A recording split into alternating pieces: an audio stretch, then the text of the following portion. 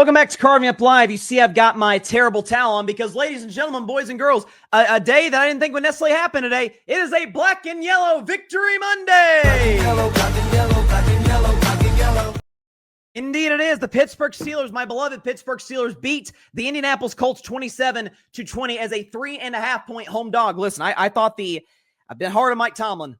Will continue to be, by the way, if things don't change quickly. But I thought the Mike Tomlin as a home dog, always take the home dog Mike Tomlin thing was dead after last week against Green Bay. Looks like it isn't.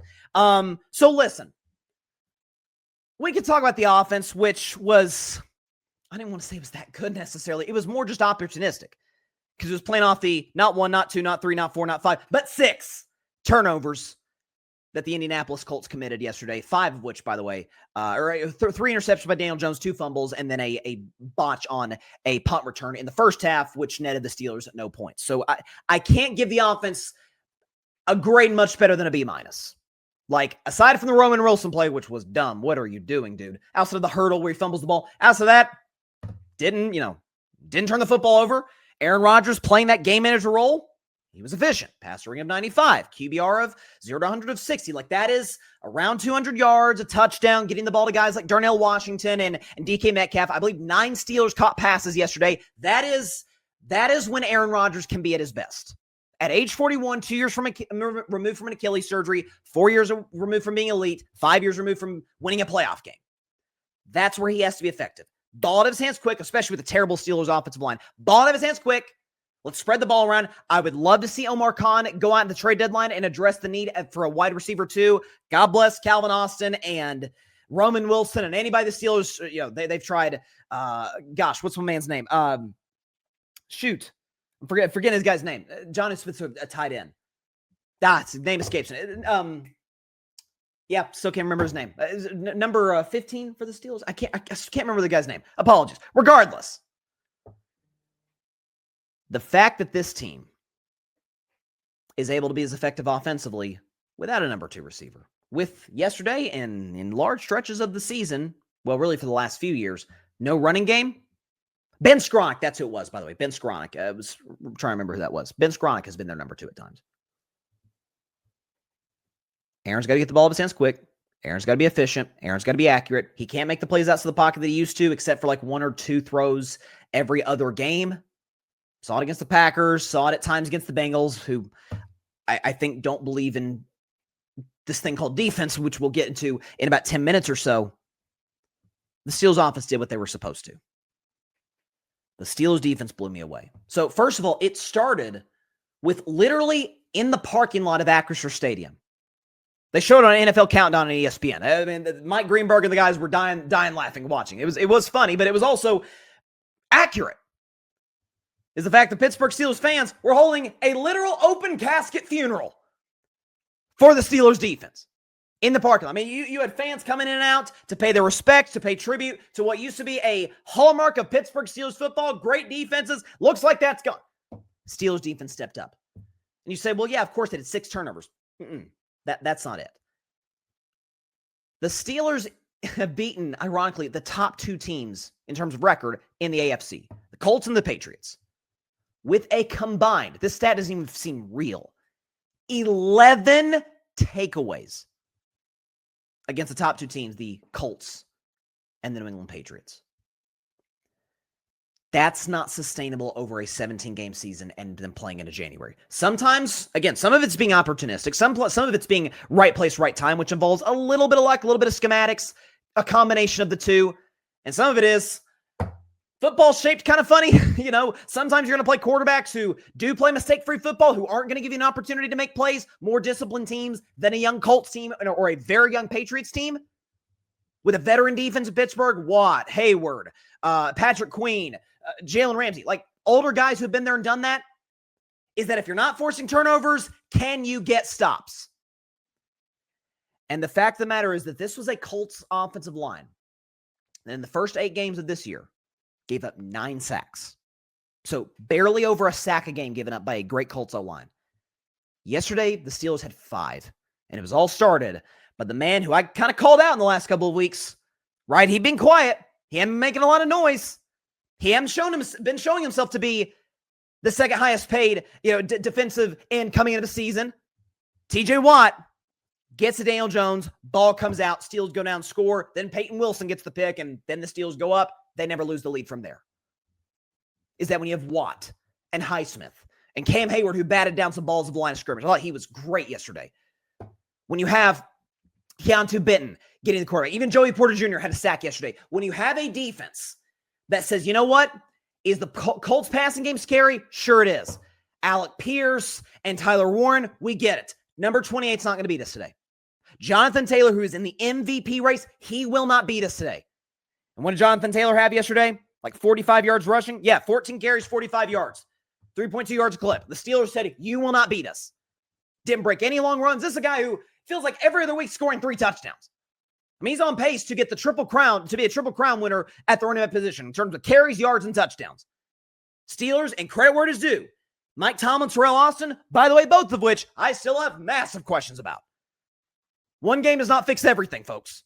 Got to see more for me to fully buy into the Steelers defense. But the personnel is certainly there, particularly up front, particularly with the depth at pass rush with Watt and Highsmith and Herbig.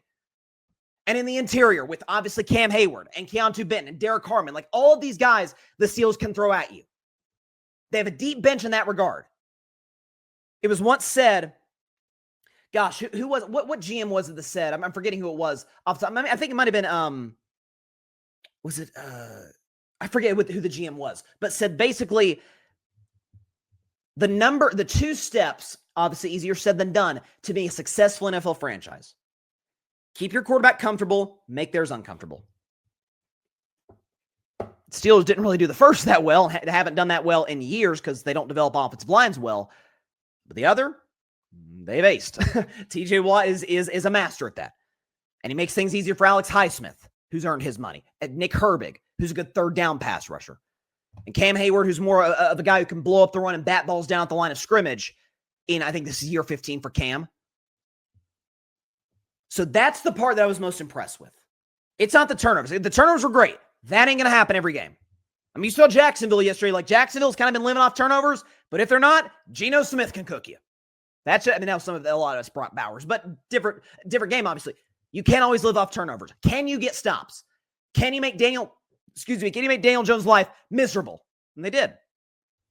Got to him 5 times. I don't know what the pressure count was, but that was, I'm not gonna lie, I was shocked. Pleasantly shocked yesterday about what I saw from my Steelers. And there's an element of, and that was a must-win game. It was. With Baltimore on your heels, I said on Friday's show, oh my gosh, there'll be a game back of us by the end of the weekend. Because Baltimore's got Lamar back. Maybe the defense is fixed in Baltimore, or at least is better than it was. And the Steelers are going to lose 3 straight, and it's going to be a game separates us after we started 4-1. They started 1-5. Oh my gosh, this is a disaster. And now you sit up here and look today. This is why it's a week-by-week league, this NFL thing. Because as far as I'm concerned, the Steelers, in my opinion, should win their next 2 games. They go to LA to take on the Chargers, who A, don't have a home field advantage. It is going to be like 80% Steelers fans in SoFi. And B, Chargers O-line without Joe Alt is god-awful. This could be a field day for Watt and Highsmith and company. And then the next game probably will be kind of close because it's a divisional matchup and because this team has a high-powered offense. But Cincinnati, who, again, does not believe in defense. You should win those next 2 games and get to 7-3. And then from there, at the Bears, Rodgers has owned the Bears, but this is a different Chicago Bears team than what Aaron's used to. Bills at home, yikes. Ravens on the road, Dolphins at home, that's a win. At the Lions, At the Browns, it's always a tougher game than it should be. That one makes me nervous in late December. And then you finish with the game against the Ravens in a game that could decide the AFC North. So happy today. Good win for my Steelers. Great victory Monday. And TJ Watt talked after the game with Evan Washburn of CBS about how the Steelers were able to make some damage and make some noise against the Colts offense. Just pinning our ears back, simplifying the game plan, things we talked about all week. Smashing the run obviously helps. Offense did their job today, and we just wanted to go out there and create turnovers, and we did it. You guys live in your own bubble during the season, but how much do you hear the noise and the critiques of a unit that was pretty prideful coming into this season? Man, we critique ourselves very hard ourselves, so there's a lot of film that need to be corrected. We didn't need people from the outside telling us. We took plenty of pride in fixing it. And that's, listen, I have often knocked Tomlin for the fact that he is behind the times, certainly on defensive schemes, but also behind the times is, hey, you can win a championship with your defense being better than your offense. I shouldn't say better, far better than your offense, like 10-1. You can't, not until 2025 NFL. So no, one game, even against the best offense of football, an offense that coming into this week had the record in the 21st century for points per drive. One game does not a fixed defense make. Aaron was efficient, did what he was supposed to do. Running game, I need to see a lot more. Defense, the 6 turnovers were great. Getting to Daniel Jones 5 times, that was what I was impressed with. Watt started it. Highsmith, Benton, Joey Porter coming in and making a play. Those guys finished. And Joey Porter also got the interception at the end that, closed the deal for the Pittsburgh Steelers. So, great win for Pittsburgh. There's no other way around it. Great win. That's their first. I said we kind of got lucky against New England, and we did. 5 turnovers, 2 of which were on the goal line. Though sometimes the ball just doesn't bounce your way. This was not a lucky win. This was domination at the line of scrimmage on the defensive side of the football, playing efficient offense, playing smart, aside from the Roman Wilson turnover, which he's a kid, he makes mistakes, but you cannot hurdle a guy when you're up multiple scores. Don't do that. Happy with what I saw from my Steelers. Thanks so much for watching the show on YouTube, and be sure to go click that big red subscribe button and check out the other clips and full shows from Carving It Up Live, as well as our other incredible content creators here on the Grid Network.